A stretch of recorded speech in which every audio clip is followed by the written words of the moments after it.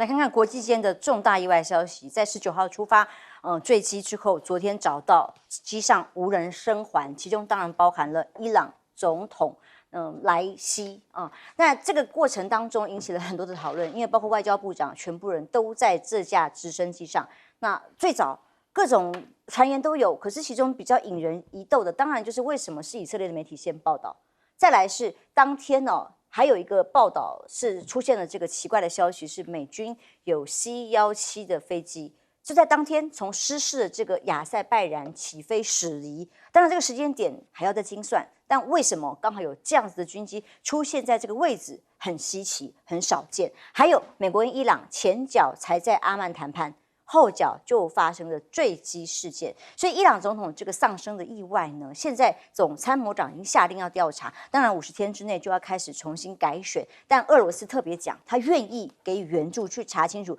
到底有没有其他的阴谋，到底是纯意外、天气的气候因素，还是有其他的原因呢？不知道。但是以色列的官员呢，这个就觉得比较奇怪哦，当他要澄清这个事件跟伊朗无关，绝对不是他们干的。为什么还要不具名啊？还要求匿名啊？照理说，官方可以坦坦荡荡的直接告诉媒体说，我们没有可能会做这样的事情，做这样意外的谋杀嘛。可是却是要求要匿名，才跟路透社记者说引用，这个的确也蛮不寻常吗？那还有美国国参议院的民主党领袖舒默说了，美国情报部门告诉他，在这一次的军机的事故当中，没有发现谋杀的证据，讲得很快啦，第一时间就赶快澄清说，也不是美国干的。那以色列是不具名的官员说，也不是以色列干的。但最近的确是在国际间太多意外事件，光5个月，5月的时候连6起暗杀行动，这暗杀行动都被认为不寻常啊。5月初的时候，有一个小沙尔曼的车队遇袭在沙特阿拉伯，还好他只有轻伤。5月15号，土耳其传出可能会有政变，要暗杀埃尔段，没事啊，被发现了。斯洛伐克总统没那么好运，他疑似遭到暗杀，现在伤重，还在抢救当中。塞尔拜然乌曲曲啊，他收到了死亡威胁，所以他们体检有预警，没有达成目的。这次是伊朗的总统直升机坠毁，已经死亡了。当然还有加纳总统车队车祸，讲的车祸未遂是什么呢？就是这一起发生一个车队大车祸，连续几辆几乎全毁，造成了1死多伤。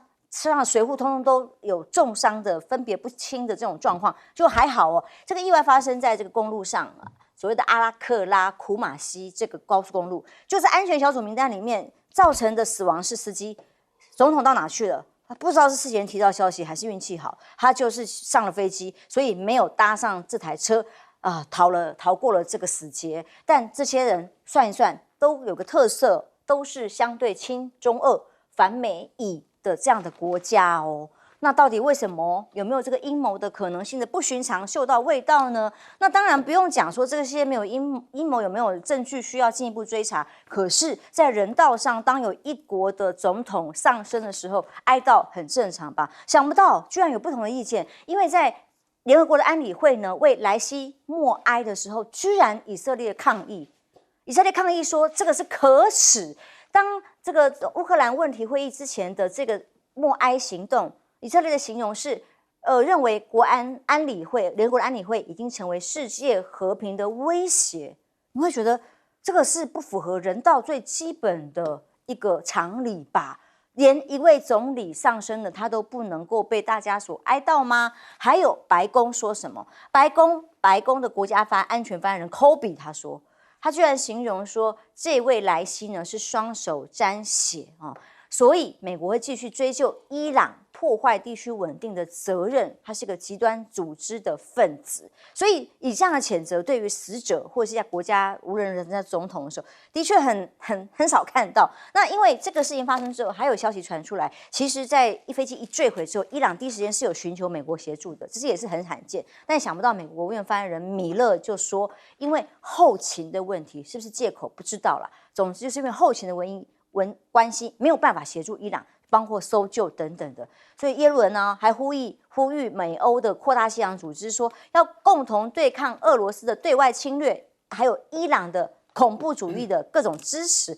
哇，这真的是在两个平行的世界哦。包括国际刑事法庭，他做了一个最新的决议，他把以色列跟哈马斯两边的首领都说要加以逮捕啊，因为都涉及了战争罪跟危害人类罪。那当然，纳坦雅胡就非常的强硬，就抗议是历史的耻辱。以色列批评国际刑事法庭，所以连哀悼也不行，逮捕他也不行。但是看看在当地的孩子们，他们的心声是什么，就知道到底什么才是人道主义。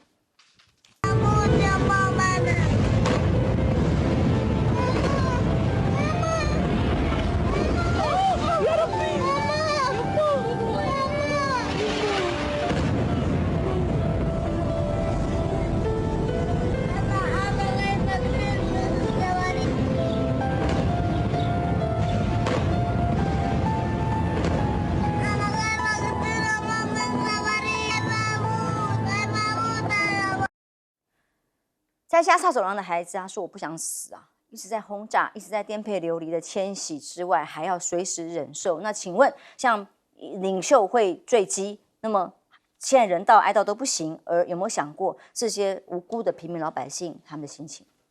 我觉得这一次伊朗的坠机的一个事件是硬着陆啊。那伊朗的官方的通讯社有强调这是一个硬着陆发生的这样的一个事件。他们并没有指控是哪个国家做的，但是伊朗的军方已经严令要调查了，因为去的时候是3架直升机，2架护卫嘛，平安回去，对2架。那也就是一般来讲，总统的座机应该是最注重保养的，而且也应该是要确定它是最安全的。还有就是驾驶员也应该是精挑细选的啊。那结果是总统的座机发生。当然，我们看到这个伊朗的前外长啊，他认为说美国要负道义上或是间接的责任，就是因为这款飞机是1960年代卖给巴勒维总统巴勒维国王时代的飞机，已经到现在年久啊，那美国也不愿意提供零料件啊这些零件配件，所以它本身在维修上很困难，它要负很大的一个责任。但是不管是旧飞机或者新飞机，坦白说，例如说我们前段时间我们台湾的一些军方的将领啊，从松山机场起飞，要到花东地区去视察的时候，也是硬着陆碰到山区嘛啊。那目前来说的话，我可能严庭会有更新的资料告诉我们，就是到底是怎么一回事。因为这个直升机都直接撞上，可是它是美国的飞机，而且还是蛮新的，那为什么会看不见那个大山？然后当然天象气候到底发生什么事情？机械的问题、人为的问题、气象的问题、天候的问题、大雾的问题等等，我们都不知道。那要等调查的结果我们才知道。不过调查的结果还没有出来之前，伊朗的政局是稳定的，因为他们的最高领袖哈美尼才是真正掌舵的人那总统是执行者。因此哈美尼他基本上他在，所以他马上就直接任命就是说我们还在按照宪政体制走，所以副总统就代理了，然后已经定出他们的选举日了，所以各政党开始在推出他们的候选人，即将进行选举那他的基本外交政策跟内政政策大体上来讲，外交政策是不会有很大的调整，因为哈美尼还是主导一切所以还是朝那个方向走。可是大家在问的一个问题就是说，以色列会不会是当事方？因为一开始大家最合理的怀疑就是以色列。那对于以色列来说的话，他当然不愿意被栽赃、被抹黑，他第一时间就强调不是他干的，而且他是透过路透社独家的媒体，由不具名的官员。为什么要不具名？为什么要不具名官员？我们要问以色列就是他们由不具名的官员直接说不是我们干的这是很罕见。过去以色列比较少对于伊朗做这种否认，可是他这次是明确的否认了。例如说他炸这个炸伊朗驻叙利亚的大使馆的时候，他没有说不是我干的那就是他干的。那干了以后，那伊朗就反击了嘛。但是在当时以色列确实有克制，伊朗的报复也是克制的，以色列的反应也是克制的。那这代表什么？以色列确实是愿意把事态把它平息下来，因为伊朗也愿意平息这个事态，但伊朗被迫不得不进行报复行动，但双方都愿意把这个事态平息好。所以理论上讲，看起来以色列是没有要去杀害这个莱西总统的这个嫌疑嘛。但是问题就在于，有一些人揣测说，不，那个以色列内塔尼亚胡还是有杀害的嫌疑。为什么？因为他们说，刚好在这段时间内，甘孜就是他的战争内阁的一个最重要的成员之一，就是反对党的代表。这位反对党的代表得到拜登的充分的信任跟支持，然后他正在发动逼宫要这个内塔尼亚胡要下台等等的这些动作，而且给他6月8号如果不提交一些计划的话，那他要退出战争内阁，要发动改选等等的。那有人就认为说，会不会是因为这个关系，以色列要把战局扩大，把美国拖下水，都是揣测。到目前为止没有证明是他杀到目前为止没有证明是有谍报人员来干。当然，这伊朗的总统居然坠机身亡，国际都很关注。只是时间点真的很巧，有这么多刚刚我们提到过的巧合之外，刚好5月份已经连续6起暗杀事件，有成功的，有不成功的，所以大家当然就有很多联想。将军怎么看？包括这个军机的安全层级，还有这种天后到烟雾弥漫、这个雾气很重的地方，是真的可能是失事最主要原因而已吗？我认为将来可以还原。第一个，我们有飞行记录器。拿飞行记录带还原。第二个有录音带，空地的通信的录音带很清楚，他们都会有这个通话都会录音。一录音的话，到底当时的状况是怎么样？还有空对空，因为它还有2架随附的飞机，就是预备机，那也可以，他们有之间空中会通话，空地之间也会通话，来还原到底当时的状况是怎么样。可能起飞的天气很好，目标区目的地的天气也不错，但是航路天气不行啊。你看我那个地方是丘陵山区，而且纬度高，因为亚塞拜然在这个伊朗的西北方，纬度高。那个你看他那个现场的时候，到搜救的时候有下雨跟下雪，又是雨又是雪。你看他人穿的那个服装都是很厚的，冷嘛，是这个样。刚好在季节变换在山区很容易起雾。你看他后来他搜救的时候雾散掉了，然后这个在雾形成的时候，直升机一般来讲直升机它是靠目视飞行比较多。靠仪器飞行比较少，要靠目视，那进云怎么办？而且这个直升机可能并没有防撞系统，也没有雷达高度表。有雷达高度表可以看垂直高度，这个绝对高度是多少？雷达高度表告诉你，绝对高度是这个样子。他今天讲这个硬着陆，那其实我们讲就是撞山了，直接就说明就是撞山。硬着陆好像有点这种学术名词，那直接就是撞山。那飞机的这个直升机的时速300多公里，300公里一撞山那还得了？那个动能非常大，那这样人会造成你看，所以全部都没有无人生还，没有人生还，因为直升机300多公里，我们讲300公里是平常的巡航速度，它还没有最大速度都要300公里，那一撞上去就知道。那所以我们可以看是那飞行员是不是有应变？你看他那个整个过去的是雾茫茫，那在当下那个雾茫茫的天气更严重，那现在搜救的天气变好了。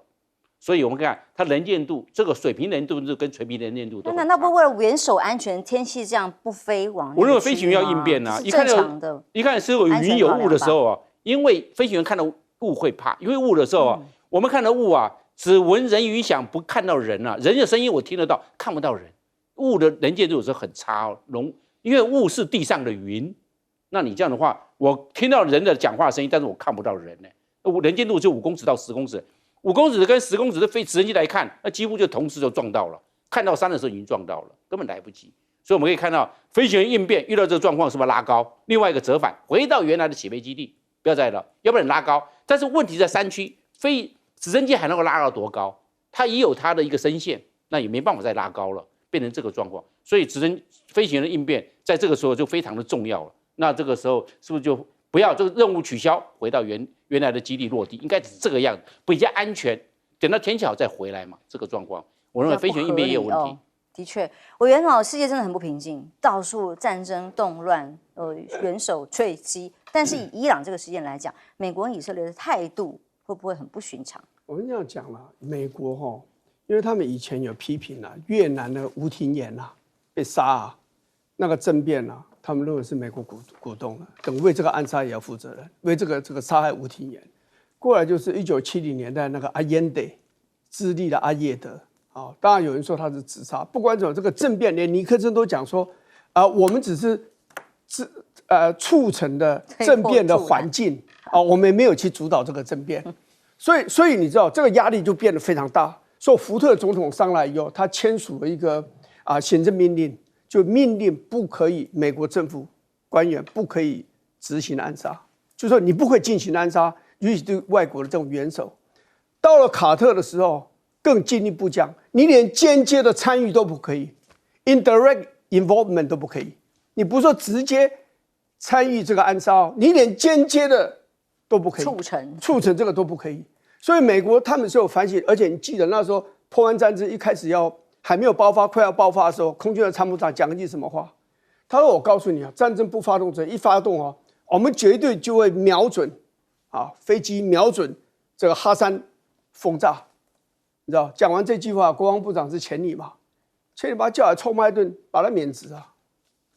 我们的命令里面，你这个就等于是类似暗杀，对不对？所以这个但是你告诉我说，这个案子有没有可能是美国干的或以色列？谁晓得没有证据啊？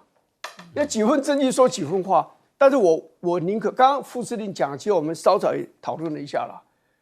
直升机本来就是个很脆弱的一个飞行器啊，尤其在山区，尤其在天候非常糟糕的时候，变化很快啊。我们都记得宜豪章先生的摔机的事情，我们也记得这个我们的参谋长参谋总长摔飞机的事情，而且都还是几年前的事而已。所以这对台湾来讲，这种高山这种地区，直升机要出去，全世界都要很小心。山区本来就是对视野不是那么空旷，第二个呢，你又有起雾，又下雪，这个就更加的危险。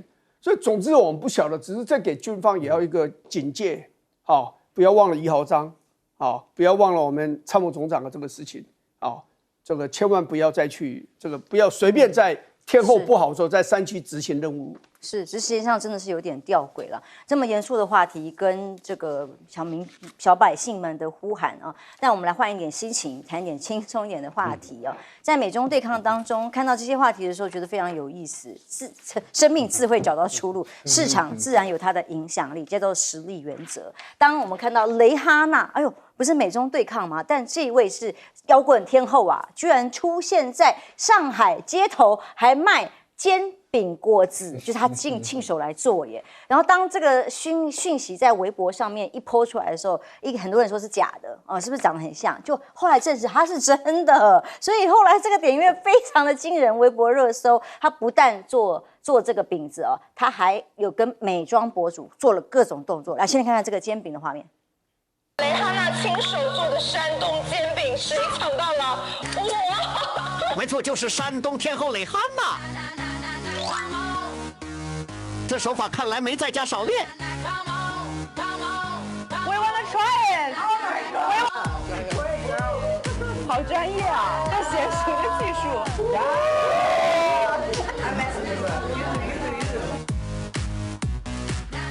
真的很炫哦，真的就做起了这个煎饼，然后旁边很多的欢呼，然后还有跟美妆博主来合影，还有跳舞的画面，还有一段跳舞画面，先来看一看不？跟美妆博主之间的互动可真是热闹。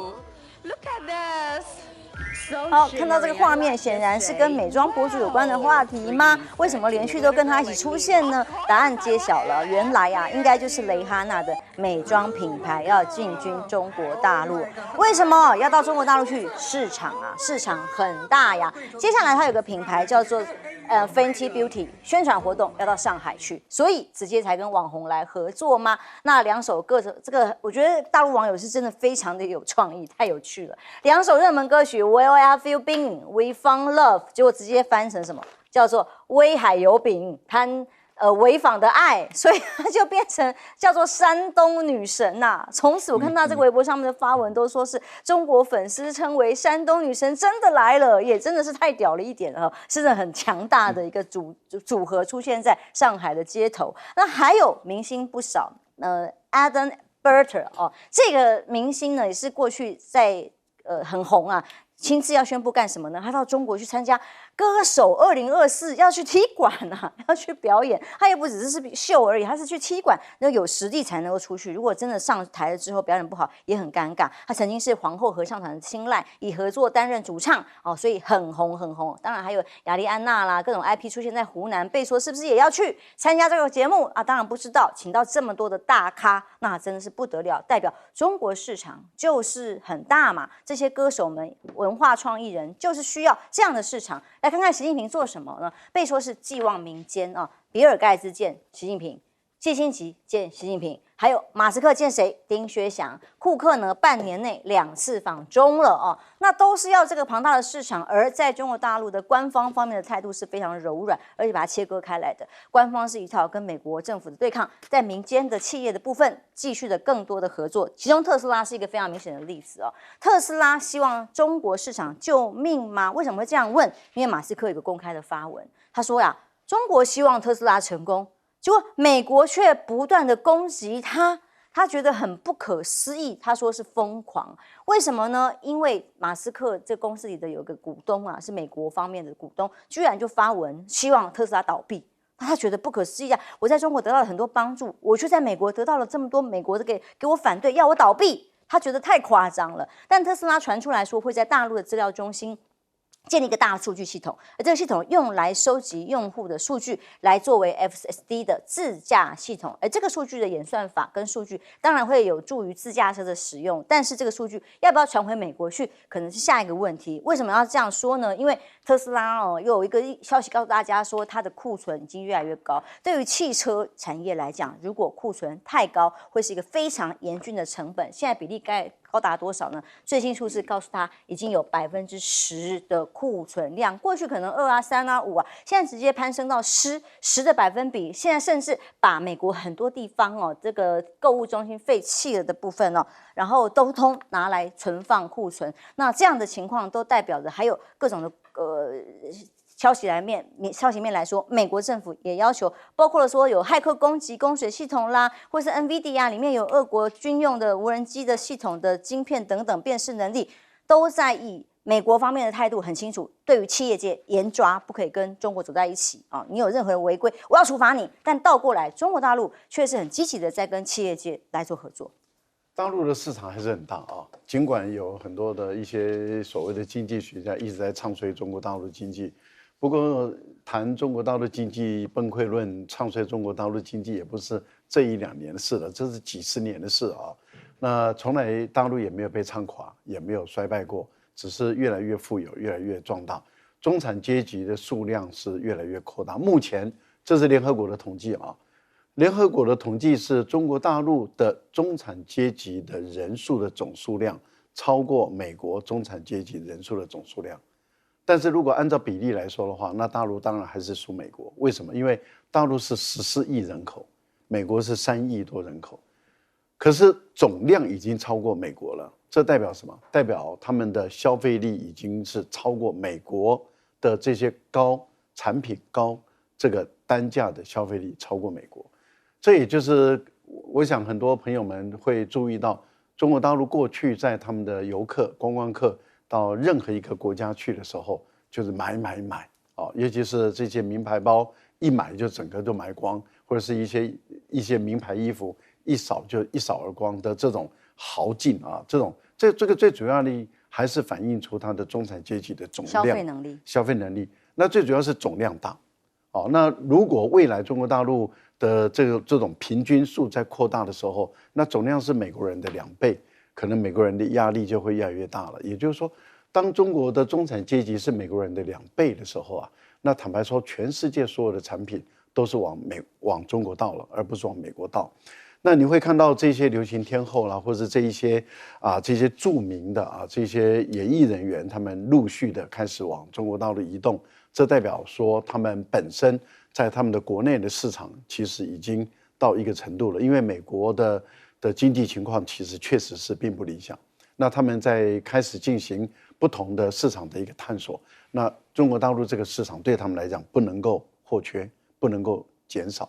所以我觉得在做布局，这个布局都会增进这个大陆跟美国的民间的关系。那增进大陆跟美国民间关系，正是习近平目前的政策的重点。所以我觉得这个部分里面就形成了水到渠成的问题啊。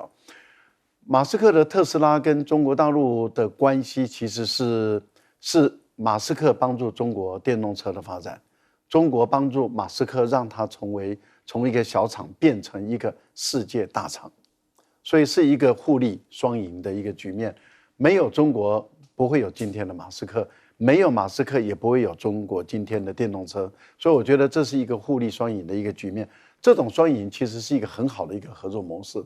这个合作模式其实也告诉美国人说，大家合作一起赚钱没有什么不好的。对，只是没有想到美国企业回头一看，都是我们自己人在打我。休息一下，马上回来。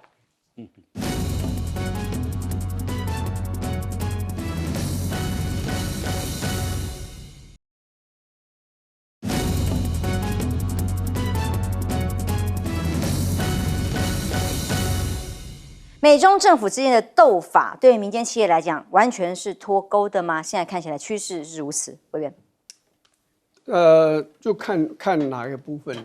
如果你是讲说跟半导体有关的，美国政府是抓得非常紧，限制做很紧的。我们都认为这个美国是个民主国家，然后呢，它的形势大概都一切都要依法，然后呢，他们不会随便去对付一个企业或怎么样，这是错了。美国可以成为全世界有史以来的最大的帝国，不是没有原因的。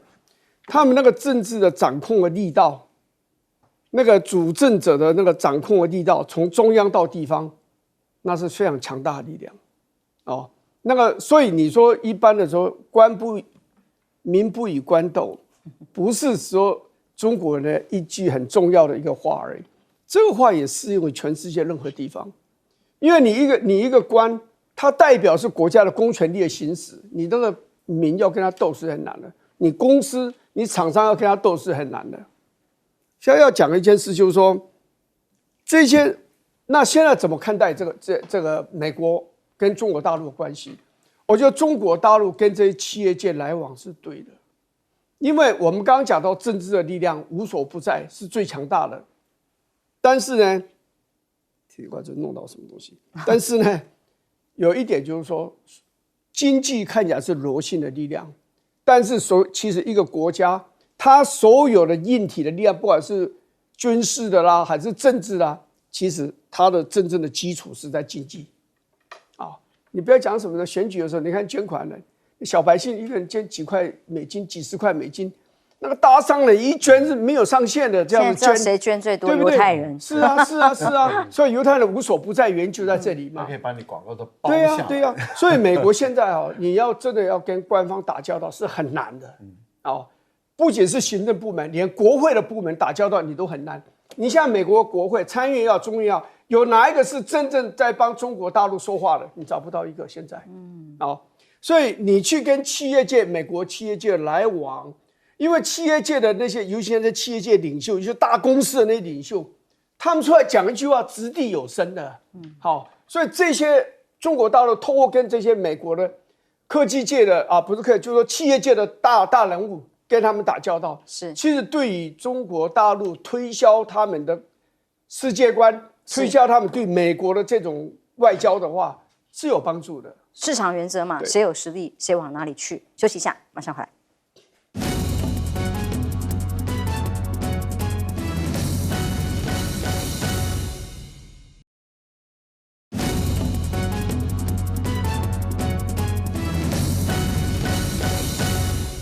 特斯拉电动车曾经独占鳌头，但现在他回头，马斯克感慨：中国希望我成功，美国却要攻击我。对，因为中国大陆跟美国对他们做这个经济制裁，加这个关税，但是民间上的往来毕竟大陆市场大，现在大陆的也消费潜力也大，那就往这边去了。我们知道特斯拉它库存压力很大，它一季的话，这库存大概就有这个46000多部车子，大概它的库存的时间大概137天。你这样的话，你整个的库存成本压在那边了，资金的周转成本也在那边了，怎么要去解决？他就想到是不是有个替代市场，就想到中国大陆。但中国大陆是什么？中国大陆也产新能源车，也是电动车啊。但是中国大陆现在也要自动驾驶 FSD。这个这个特斯拉它产能过剩，在美国已经那么多的呆料在那个地方，但是它的自驾的系统可以开发这一条路来弥补它这个库存的压力。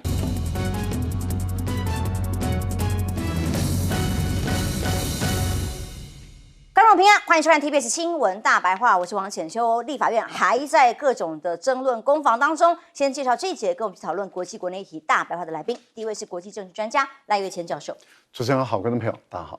国际战略学者林玉芳，大家好。前空军副司令张延廷将军，主持人好，大家好。在昨天520就职典礼之后，原本先前大家很多人的预料啊，应该在两岸的议题方面，赖总统应该会更温和，释出更多的善意。但结论他讲出来的话是如何呢？被说是两国论，而其中要去解释这两国论引起了各种的争议或对岸的言辞批评的时候，郑文灿出现了。今天有一个研讨会，特别要诠释赖清德未来在两岸政策的方向。郑文灿帮他解释啊，他说。520的就职，对不起，不是520的就职演说呢，外界都在看关键字，可是其实重点只有一个，按照中华民国的宪政体制维持现状，判以中华民国的宪法定位两岸关系，同时还呼吁中国不要回避中华民国的存在。他说这个是最重要的，但是是依照中华民国宪法吗？大家都觉得你可能没有看懂我们的宪法条文，但是中国大陆的学者批评，他说这个是虽然没有提到台独，但通篇都在打台独的擦边球，甚至用两国论包装台独的主张。不过过去蔡英文讲的比较婉转，或者是暧昧跟含混，这一次是直白的讲，所以凸显国际问题来对立两岸事务，预料两岸对抗将会加剧，这是大陆学者的看法。而当然官方的部分，透过新华社各种的这个报道新闻稿出来，都是充斥政治谎言啊，煽动两岸对立啊，赤裸裸的台独自白书啊等等的。王毅话讲得很重，第一时间他就回应了，他说一个中国原则不可为，台独分裂的行径不可行。那一个中国原则是维护台海和平的定海神针。那相对于我们看到今天联合报的社论直接形容这个叫做这份讲稿呢，有美国的墨痕还在，那橄榄枝断了啊。那这个对岸的这样的谈话，对于不满意的情况，美国倒是蛮满意的，所以布林肯立刻就恭贺赖清德就任总统之外，同时还特别讲啊，期待共同未来要合作，而且不管是 CNN 或是主要的主流媒体，通通对于他这个谈话维持现状是给予高度的肯定。但是在南海的部分呢，台海的问题现在还不知道进一步会如何，光南海解放军动作就越来越大了，要对南海的外国船舰动手吗？这个报道是告诉大家说，中共海警3号强硬出台，6月会全面摊牌，什么意思？有个新规定公布了，如果有外国人停留在违反相关规定的海域范围，侵入了海域的话，现在强调会有中国大陆方面有权利进行居留审查。最长可以达到60天，所以菲律宾媒体就认为啦，所以这个新规定发布之后，告诉大家什么？以后如果菲律宾的船只接近黄岩岛啦、仁爱礁这附近啊，还不是喷你水柱而已哦，是不是有可能直接被大陆的海警拘留呢？抓起来啦！那小马可是菲律宾的回应是什么？他说菲律宾完全无法接受中国这个第3号令，会采取一切的措施保护公民。那怎么办呢？如果有船舰或者是渔船、民船到那个海域去发生的冲突要被抓的时候，小马可是或菲律宾会采取什么强硬的行动呢？就拭目以待咯。当然，中国跟柬埔寨也举行了一个史上最大的联合军演呢，被说这个是针对着南海的冲突而来。19号的时候到柬埔寨的西哈努克港这个地方，那中柬的共同的军事演习强调什么呢？就是铁杆的友谊，那帮助柬埔寨要提升在暹罗湾的海壤海军基地这个升级的地位。但是美国当然担心啊，借这样的演习行动去扶植柬埔寨，却在南海的军事存在，中国的力量影响力越来越大。还有印度，当然是美国极力要用来抗衡中国的一个力量哦。印度呢也做了一件事情，他派了军舰悄悄的到南海去军演吗？被说是微妙提醒北京的国际法吗？那当然，新德里的智库主任就说，像这一类海军部署会微妙提醒，主要是针对国际社会对北京违法行为越发关注的重要讯息，也要冲着南海而来吗？那当然，这个印度的动作还挺多的，最近。中印之间一直有所冲突，但它突然在边境修建了一个被称为世界上海拔最高的坦克修护厂。在这么高的地方盖坦克修护厂要干什么呢？这个距离啊，其实距离中国边境只有25公里。如果在这么高的地方设坦克修护厂，那代表可能还会不断的扩建其他的印度的军事基础设施啊。那不管是补给或军力跟人员的派送，就越来越多。当然会增加中国大陆方面对于印度的疑义，所以这个周边不管海上或者陆上都有各种美方的着落的痕迹很清楚嘛。委员，当这个昨天赖清德总统公开的两岸谈话之后，大家的翻译都是也不用翻译，都直白的告诉大家他的想法。对，这个赖清德，其实我想中国大陆其实心里应该有准备。我们在台湾的很多人，尤其国民党人大概心里也都有准备，就以赖清德的个性他不可能在他的就职大典上提到两岸关系的时候，你没有办法期望他用很柔和的方式去处理它。那他跟蔡英文的个性是这样的，两岸其实都有一个比较阴沉的那一面，不是那种非常开朗。你看他苏贞昌就是非常阳刚这样子，我觉得蔡英文是阴柔。他有阴沉的面，但他柔和的方式来处理问题。可是赖清德呢，是一样有这个比较这个阴暗的那一面。可是呢，他处理问题是很阳刚的，很直接。对对对，所以平常的行事风格，你看他很低调，可是他讲话，尤其这个话涉及到他的所谓的价值、基本价值的时候，他是很强硬的。他是很固执的，所以这一点大家可能要没有办法拿他跟蔡英文两个对等来看。蔡英文他毕竟有他的比较柔软柔和的那一面，所以他处理两岸关系的话，大体上来讲的话是比较稳健的。可是这个赖清德作为一个民进党有出过这么多行政院长，但是只有他一个人在立法院说他就台独的务实的台独工作者啊，所以他是跟其他的政治人物不太一样，平常行事低调，可是到他该讲话的时候，他如果他表达意见的时候，他是用很强烈的态度在表达的啊。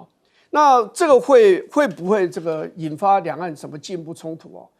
我的感觉，中国大陆会做一些动作去表达他的不满也希望借这个机会能够有所影响民进党的未来的这样的一个大陆政策。可是你说中国大陆会不会做一个非常大的动作，譬如说军演，就像裴洛西来台湾的时候这样，围着台湾进行非常大规模的军演？我不认为，我认为一般人都觉得说，都看到的是中国大陆非常强硬的一面，但是我认为习近平这个人有他非常深沉、非常坚韧的那一面，因为他也知道目前的情况。如果在台湾这个地方再搞非常大规模军演，让两岸关系搞得很紧张的话，其实你给美国一个更好的借口，结合日本对台湾进行更大规模的这种军事的援助、军事的协助等等，这个大概也不是中国大陆所这个乐见的了所以我认为两岸关系就是僵下去了，就是僵下去。但僵下去里面，中国大陆也想做一些事，民进党政府大概也想做一件事。那这个共同的焦点，那赖清德也讲出来，大概就在观光这个事情上面，所以观光应该双方会逐渐的展现这个弹性，展现善意，然后慢慢让它开放。但是这个东西对双方的基本的那种政策是很有限的，这是非常边际的这样一个效用。那可不可以从这方面去发展出双方有更密切的这样一个对谈交流关系的改善我认为不容易的，因为民进党政府就包括蔡英文的时候，他们觉得说现在就是最好的时候，因为有美国当靠山我不需要在两岸问题上面有任何必要的妥协现在是最好的时刻，因为相信中国大陆也拿台湾没有办法。裴洛西来了，你军演完了你又走了，你也拿我没办法所以会有这样一个想法。我这个只是要再讲一下，就是说你看这个新加坡其实是这几十年来展现给我们看的是什么？就是个有尊严、有自尊、有自信的一个国家，有自主性，哎，对，还有自主性的这样一个国家，因为他就是觉得说，我的做法就是我不在你美国跟中国大陆之间选边，啊，你们跟你们来往有利的地方，我就要跟你来往，但是你要我做选择，要去排斥另外一方，我不干，因为这对我没有好处，所以他的政策就是两面逢源啊，左右要逢源，他不要变成人家下棋的棋子，他要成为一个可以影响两强，至少两强不会干涉他的外交政策的这样的一个战略，他是一直维持的，而且做得非常好。赖教授认为美方的角色是什么？而在这当中，对赖清德当然是从心而论嘛，他就是心里就这么想的。接下来对两岸又会是什么样的影响？我个人认为这是美国跟赖清德他们在合演了啊，因为美国在赖清德演说前10天，先到联合国里面说，这个2758号决议啊，这个台湾地位未定啊，赖清德马上接着就说了，说哎，这个两岸互不隶属啊。赖清德原来是不会轻易讲中华民国的啊，而且也不会轻易的讲中华民国宪法的。没错，现在是中华民国宪法挂在嘴巴， 3合1挂在一起讲。对，就是中华民国台湾台湾啊，然后台湾讲的更多一点啊。我就想起我看过美国一个电影好像是演员我忘了，就是一个外星蟑螂，然后寄生在人的身体上，变成人的那个，把人当做一个皮囊这样。这个有点像这样子，就是说一个外星蟑螂啊，那么或是台独的寄生在中华民国的宪法下，把中华民国的宪法啊，那么变成一个皮囊，然后他在里面演啊，这样的一个情形，其实它本身就是台独，只是说这个主人已经死了，已经没了啊，这样的一个情形。为什么？因为我们中华民国宪法是在中国大陆定的。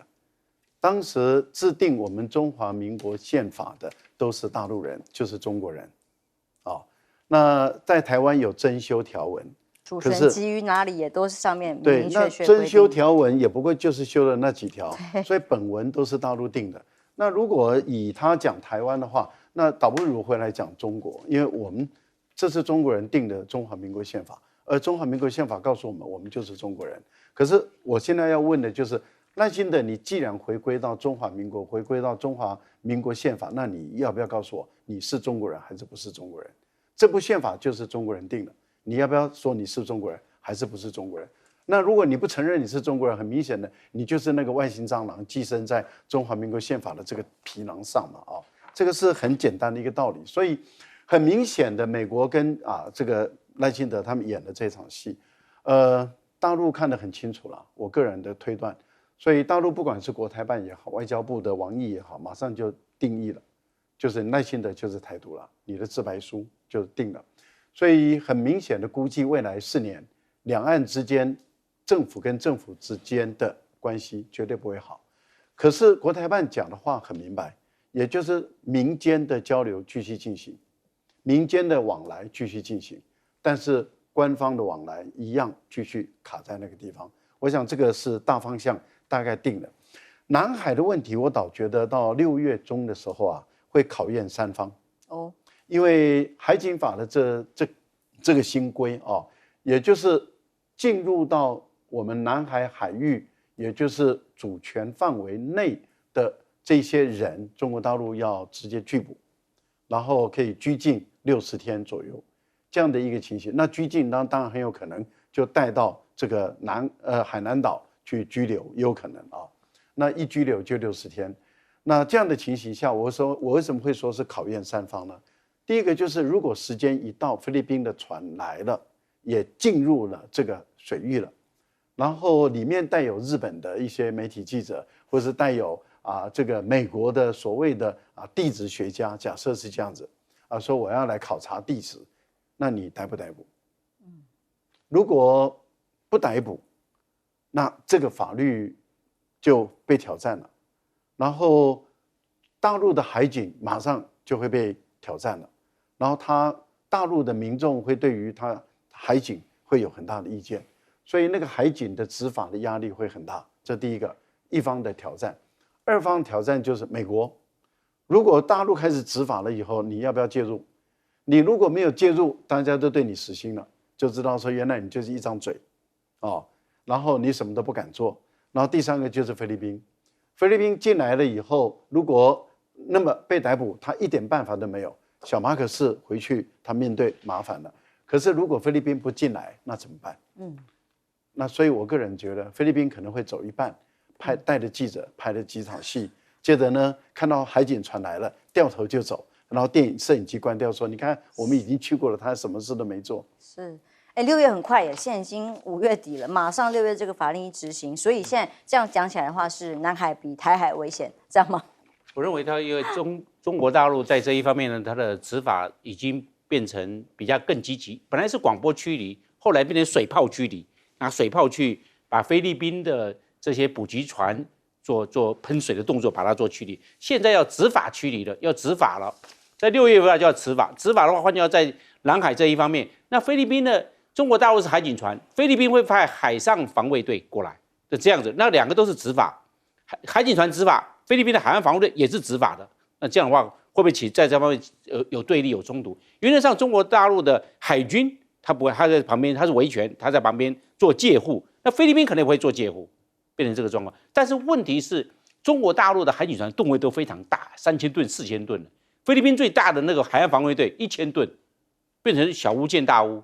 变成这个状况，所以菲律宾在这一方面，他如果要海岸防卫队，他要去执法，他会占下风，因为在吨位上还有艘数上，因为中国大陆不是从海岸过来啊，直接从美济岛就过来了。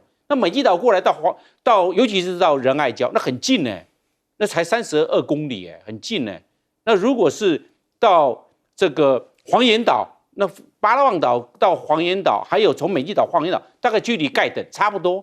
所以菲律宾没有占上风，但是在船的吨位上面，还有在艘数上，中国大陆会占上风。另外，我们来看中检这个海陆的演习，就是这一次的规模，它的名称叫做金龙2024，它规模2000多人哦，这个算比往年的规模就要大，而且重的海军跟陆军。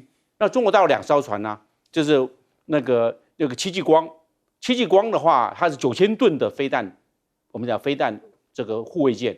另外一个是这个071的2栖作战舰，这个吨位就不小了，它也算是船坞登陆舰，但是这2个都派到这个柬埔寨，在云朗他们已经停了5个月了。换句话说，他这个想要卖这个船给柬埔寨，这个船也在这边帮柬埔寨在训练。那这一次借了演习呢，他们海陆演习，海军跟陆军做演习，那这样的话可以让柬埔寨更熟悉一下共军的这些装备，因为他要买中国大陆的这些船舰嘛，那这刚好这边做训练做介绍，而且这一次的演习总共是15天，期程蛮长的，但有2个特色。第一个，这一次的话也是一样，用无人机也出来了。以前无人机不太用，现在的话无人机的话，这次中检演习金龙2024无人机跑出来了。第二个，机器狗的话，以后有很多机器狗上面可以背个冲锋枪，可以背个这个，甚至我们讲到的这个冲锋步枪或者机关枪都有可能。那换句话，将来的话，这一次中检演习在验证机器狗能够在战场上所发挥的后勤补给能力，还有这个城市作战，机器狗能够达到什么样的功能？我认为这次中检演习在验证机器狗